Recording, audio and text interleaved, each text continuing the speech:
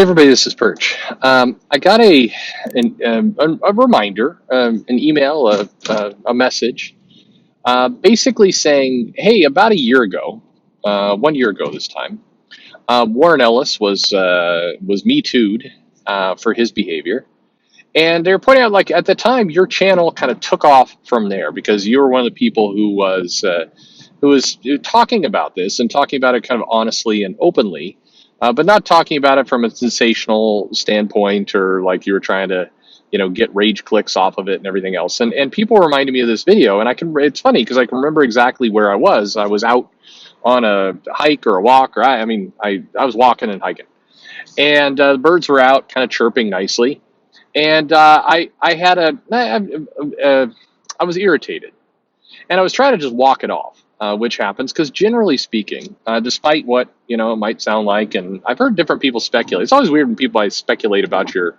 personality in comments and other. I've heard of videos where it's like Perch is like this, and I'm just like, I'm a pretty chill guy. I mean, all things considered, my stresses are. Nobody would guess what my stresses are. I think Wes and Joe probably would come close or get it in the right ballpark. But my stresses have zero to do with comics and to do with many other things. They're very very different. I'm relatively Zen guy most times. Um, what people hear and how you feel are always different. And nobody really knows anybody. But I was irritated, and I was irritated because one of the things that gets me, I don't know if this is a pet peeve or what you would call it, but I hate the surprise. I hate mock surprise, and what I mean by that is people going, "Wow, I never could have imagined this could have happened. How terrible!" And it's like, no, people have been talking about this forever, and I think particularly with comics, there at times is such a desire to have these very closed communities, closed circles, closed whatever you want to call it. These pockets, these teams, these relationships, and they're done as kind of the year has gone by. They're to me they strike me as very exclusionary as opposed to beneficial. The point of them is not to network. It's not to help each other out. It's not to give good advice. It's not to, mentor. It's to kind of keep tabs on people, and it's to basically keep people out. And this is one of the gross parts about comics that honestly makes me angry is that I'm remembering kind of key parts from last year. I did this interview with Jeff Thorne, and one of the things he said many things during this first interview that really struck me, and I remembered that really sank with it because there's thoughts I've had, and it was said by somebody else. So I'm like, you ever have that thing where you have this idea in your head, but you don't say it, and then somebody comes along and just says it, and you feel simultaneously very bonded to that person and like a genius because you're like, I was thinking this a year ago. I was right. But it's he made this comment like people who get into comics are, there has to be some love for it because you're just not paid enough. I mean, you're not for most people, the vast majority, it is a labor of love, and so you wouldn't get into comics if you wouldn't get in comics for the money. That's insane. So you're getting into comics because you love comics, and then maybe somewhere that whole feeling goes south, but at least that impetus is based on a love for the medium. People actually connect with it. He said it better than I did, and he's right, by the way. But it does. What's interesting is I think for some, they get into comics, and it's hard to get into comics. They don't necessarily have the right skills. There's not a lot of training or mentorship or helpful people kind of saying, hey, it doesn't work like a normal job where you can just like go to college and you can get a degree and then you can find a recruiter and they're like, hey, let's send you out on some comic job interviews. And then it's not like that. It's not like tech where you can kind of go and just vaguely learn how to code and Amazon will offer you $175,000 to work there. It's an industry where you have to push. And I think for some, they saw that as a journey, a quest.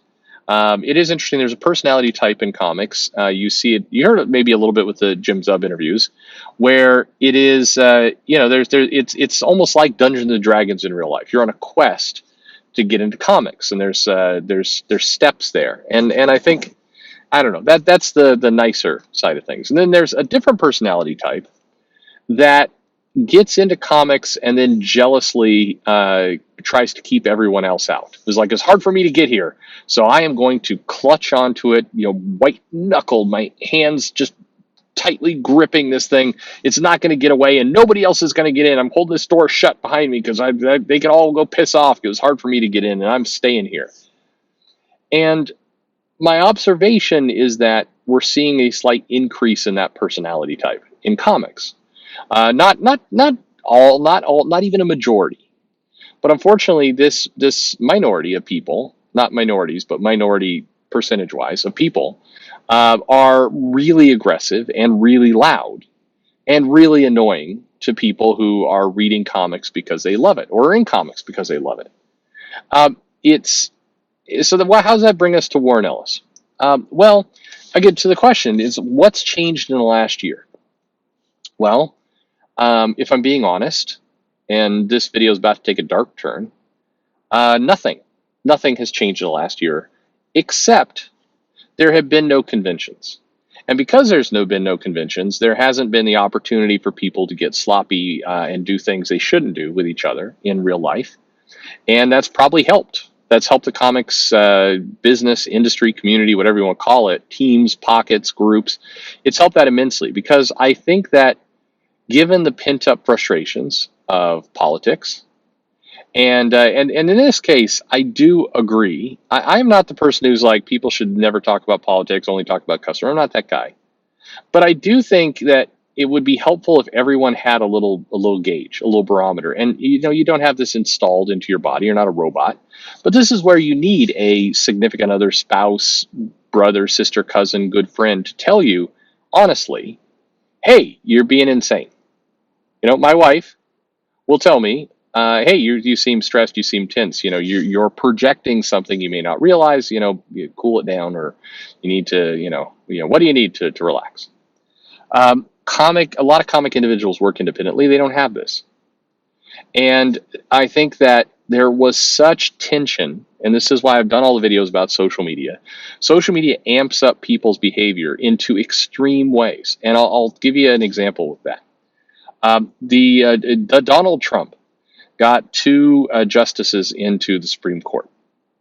And in both cases, but particularly the Kavanaugh one, it was, wait, did he get two or three? Maybe he got three. Anyway, with Brett Kavanaugh. And then, there was this absolute certainty that you saw from people in comics, but people all over, that abortion was going to be over in the next couple weeks. Like it was in the next couple of weeks, the Supreme Court would just immediately gather and just strike down, abortion, and maybe some people got very hysterical, like women couldn't vote, like they were going to strike down suffrage, that women could no longer vote, and people were determined about this, and they were getting themselves really wound up about this and angry, and they were shouting, and this pressure and this sickness that goes on, because it is a sickness. You can believe that Donald Trump's terrible. You can believe that the Republicans are angling to get rid of abortion, or whatever you want.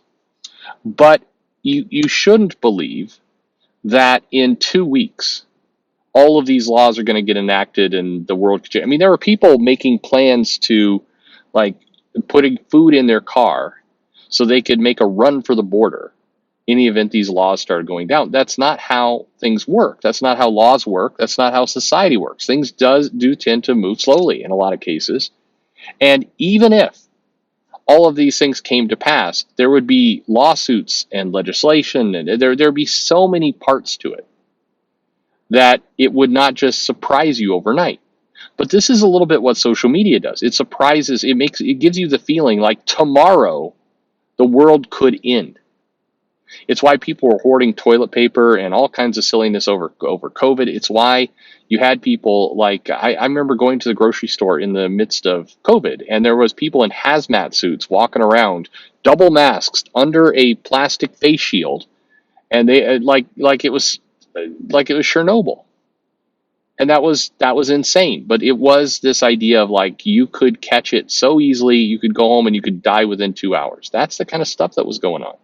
I remember questions being asked on CNN of, like, can you die if you're exposed? Can you die within hours? And they're medical experts sitting there with a straight face going, it's possible. And it's like, good God, that's not how life works. But anyway, this tension builds up. So all this tension has been bottled up, and people haven't gone to conventions. If they had gone to conventions, I think we not only would have seen the Warren Ellis situation, but much, much worse.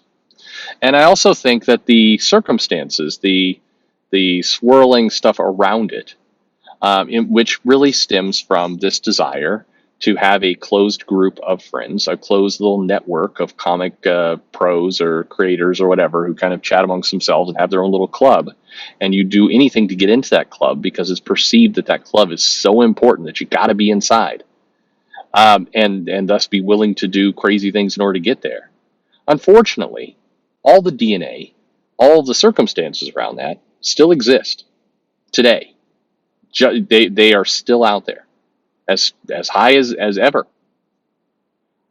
In fact, I would argue higher, because we've had another year plus of soaking in the vinegar that is social media that warps people. And unfortunately, people at home who've been stuck at home working from home, in my case, a lot of comic professionals work from home anyway, but they're not even able to kind of blow off steam in a convention or anything else. It's all bottled up. The awkwardness around other people has gotten worse. And friends I know, good friends in comics, are edgier and weirder today than they were a year and a half ago. And and unfortunately, along with that edginess, there's become more polarization. There's become more of an open desire to say, if you don't agree with me 100%, you're not, we just don't disagree. You're evil. You're bad. You should be destroyed. You're rotten. You're an enemy of society. Those aspects are the fuel for more of these Warren Ellis type situations, more of this kind of, harassment, more of the Me Too, more of all of this stuff. Because what's going to happen is cons are going to open up again.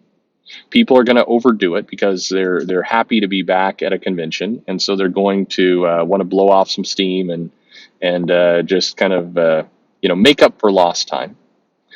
Inhibitions are going to be dropped. There's going to be, there's as a comic industry is kind of contracting a little bit, it's changing. So that's generating a lot of paranoia and fear, and increasing the desire for people want to be in clubs and be in groups and be in secret networks and have, quiet handshake deals with other people. And it's going to increase their willingness to do things they shouldn't do. And to some, it's going to increase their ability to prey on other people and to basically make these offers of like, hey, if you do this and this and this and this for me, then I'll make sure you're protected if you do. And that kind of stuff is definitely in full force. And the reality is, and this is what I was kind of, one of the things I was irritated and passionate about a year ago with Ellis was, this could be stopped, prevented, cured, helped, if the publishers would suck it the fuck up and start offering a better environment and stop rewarding some of this behavior. There's no secrets here. That was the goofy and crazy part about Ellis. Everybody knew. They'd known for years. And several of the people who came forward and did the Me Too business and were on the website and making these comments and making a big show of it knew 2 to 3 years ago. Some admitted it. They were happy to go along with it because it was convenient and helpful for their careers to do so. And so they did. And today there's more of a desire to make a couple public statements, post a GIF, share some kind of pre-recorded statement around on Twitter, and then keep doing the same things. Several of the people that shared around that little mandate about, we will be good comic pros or whatever it was, we will not stand for this kind of stuff. Several of the people who shared that image, number one, have been caught in the last year and a half doing some bad shit to people. Several others are still being talked about in groups, in private little chats for things they've done. There are photos. The dirt is out there. The tea is going to be spilled. And the frustrating part is we're still in this mode of wanting to kind of hide it, protect it, cover it up, rather than kind of openly come forward and be honest about it. And it's a problem. And it's men, women, different genders, different preference. All it's there's no group that's isolated from this stuff, but it's still there. So to the original question, have things improved? No, the conditions are as bad as they were, maybe worse. The improvement has been nobody's been able to go to cons. My prediction, and it's a gross one, is that 2022, a lot more Me Too kind of events are going to come out. A lot more nastiness is going to come out. Chat records going to be spilled. It's going to be a field day for YouTube channels that enjoy kind of raking over this dirt, because it's still there. The person who's exposed himself on a Zoom call has happened in the last 6 months. The person who's, as things are starting to open up, trying to convince them to, why don't you come out and spend the weekend at my place? It's still going on, if anything more. And the recklessness of this system, fueled by paranoia and fear and concern, and this desperate desire to be part of a clique, it's bad. I would love for it to be avoided. The only way for it to be avoided if people need to start recognizing who the bad actors here and who are the people who legitimately want things good for comics. And I will say, for what it's worth, I want good things for comics. I take no pleasure in any of this nonsense. I want good things to read. Very selfish that way. I just want some comics I enjoy. I'm happy to have lots of comics out there I don't enjoy, because I think it's still valuable to have comics out into the world of all types. It's a good thing. Thanks for listening.